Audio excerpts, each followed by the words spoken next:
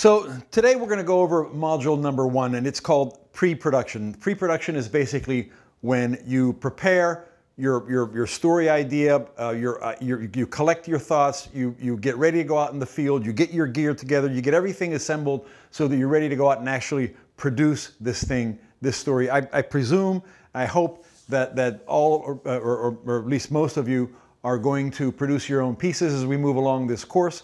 I think that would be the best way to learn the most if you're producing at the same time that I'm teaching, so that we'll move toward the end of the course in conjunction with each other, and you'll get the most out of it.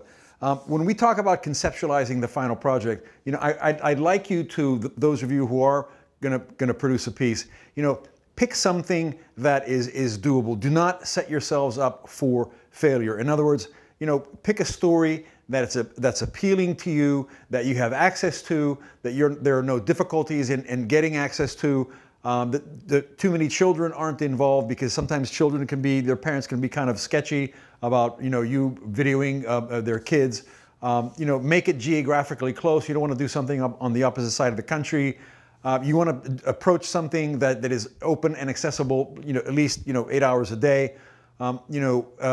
Probably you're not going to produce Oscar-nominated films the first time around, and I get that. So pick something through which you can, or with which you can learn the process. I'll try to teach you the best I can the process, and you can take that process once you understand how that works.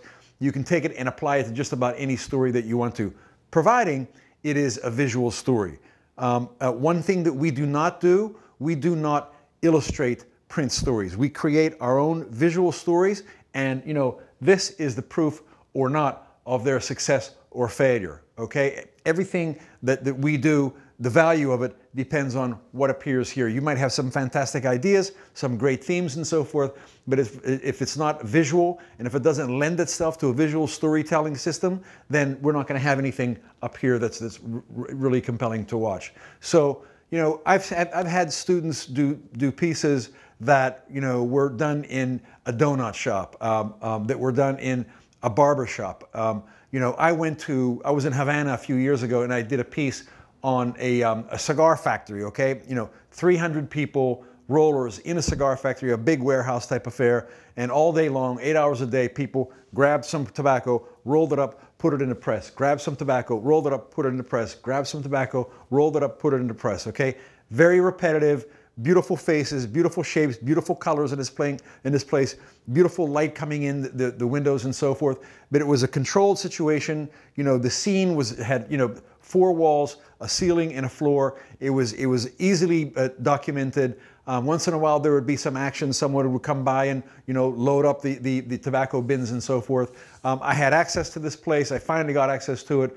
So it was doable. It was very visual.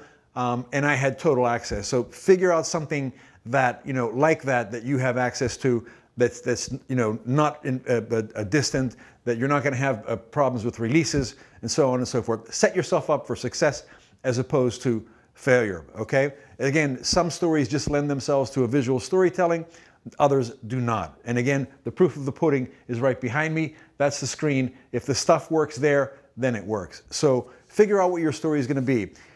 Journalism, I've always taught, is a double-edged sword. In one sense, it's wonderful because journalism allows you to address issues, themes that are important to you, okay? And really dig into them, explore them, examine them, talk about them, generate information about them.